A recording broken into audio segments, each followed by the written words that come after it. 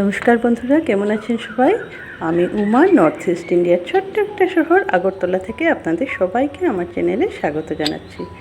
তো আজকে না আমি আমার বাগান থেকে কিছু হারভেস্টিং করছি। তো আজকের এই ছোট্ট ভিডিওটা আমি তাই করলাম যাতে একসাথে বেশ কিছু সবজি উঠানো, ওটা আমি দেখাইনি। তো এই ভিডিওটাতে ওটাই থাকছে। তো কথা আমি আর বলছি না, আমি কী কী সবজিগুলো উঠাচ্ছি সেটাই এই ভিডিওতে থাকবে। আশা রাখছি আপনাদের ভালো লাগবে। ধন্যবাদ সবাইকে।